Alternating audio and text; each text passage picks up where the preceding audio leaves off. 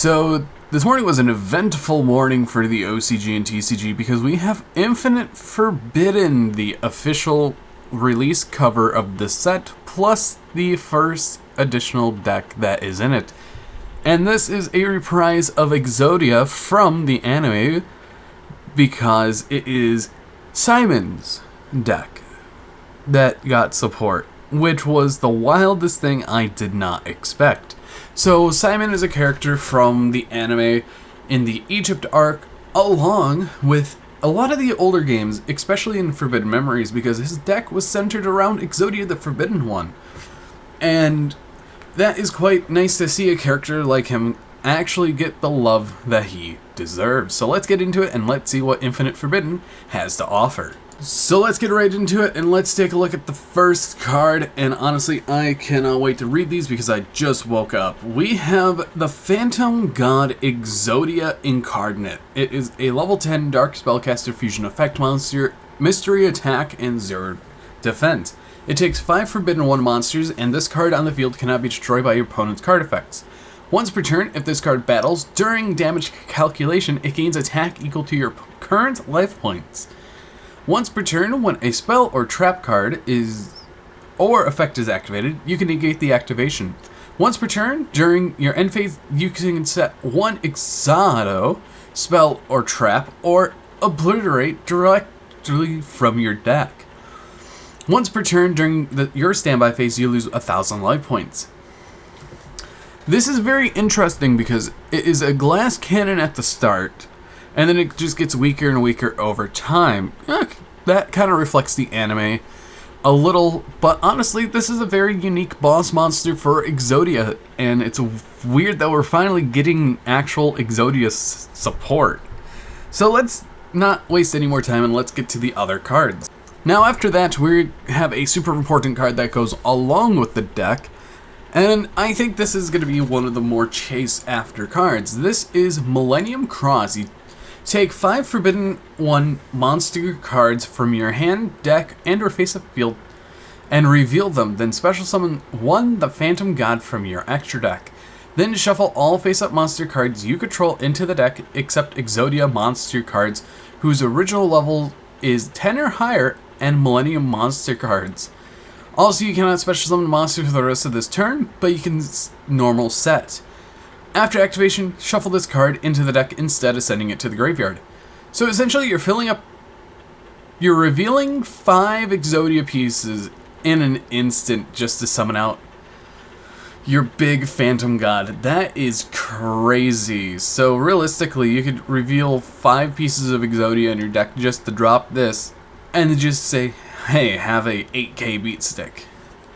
That's really interesting. So it's definitely one of those kind of, you have to react super quick to it. But it's really unique. With every anime updated deck, there's always going to be retrains, and we have quite a bit to go over. And this is really, really cool because a lot of these I really remember. First off, we have Golem that guards the Millennium Treasures, and it is a level 6 Earth Rock effect monster, 2,000 attack and 2,200 defense. You can only use the first and second effect of this card's name each once per turn. If this card is in your hand, you could place it face up as a spell and trap card as a continuous spell. So just placing it straight up in your spell and trap card zone as a continuous spell, that's crazy. If this card is a continuous spell, you can pay 2,000 life points or reveal 1 Millennium Cross in your hand. Special summon this card. Then you can add 1 Temple of the Stone Slabs from your deck to your hand. The activation of your Millennium Cross cannot be negated. Being a Millennium Golem retrain, this card is kind of crazy. And I really think that this is going to be one of the main 3-ups because it gets to your Temple of the Stone Slabs. So that's going to be quite neat. Before we get into more of the retrains, I do want to cover the spell and trap card that we have for the deck, which is only 2 of them. And honestly, we have a quick play spell and a normal trap card. Outside of the field spell that was just mentioned, we have Exodia Blaze. It's a quick play spell card. 1 level 5 or 1 level 10 or higher monster you control with Exodia in its original name gains these effects. You can pay half your life points. You cannot activate other cards or their effects for the rest of this turn. Also destroy as many cards in the spell and trap card zone as possible. Then equip 2 Forbidden 1 monsters from your hand or deck to this card as equipped spells that give it 2000 attack. If this card attacks a defense position monster, inflict piercing battle damage. Ho!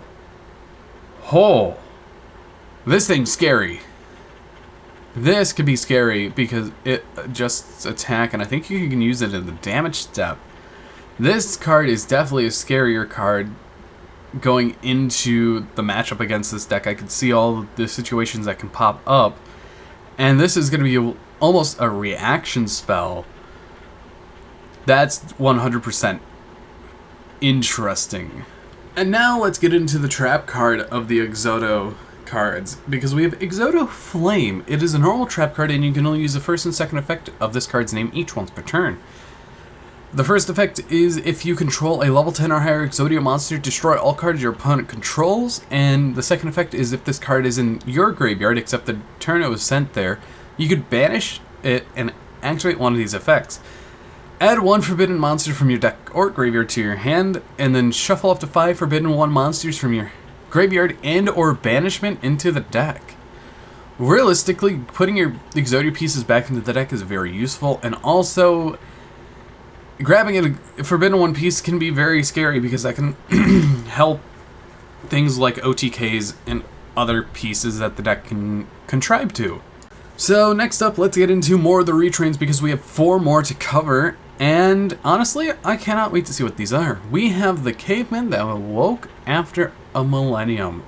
It is a level 8 Earth Beast Warrior effect monster, 2750 attack and 2500 defense. You can only use the first and second effect of this card's name each once per turn.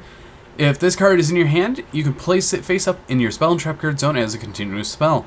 So I feel like that all these cards will have that effect. If this card is a continuous spell, you can pay 2000 life points or reveal 1 Millennium Crosy in your hand.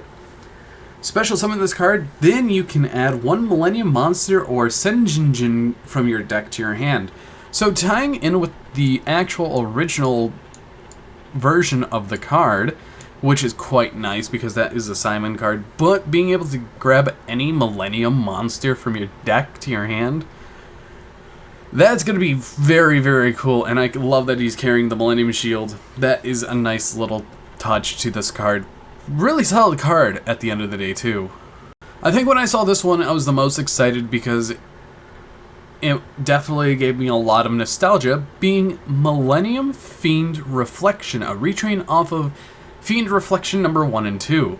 It's a level 4 Wind Illusion effect monster, 1300 attack and 1400 defense.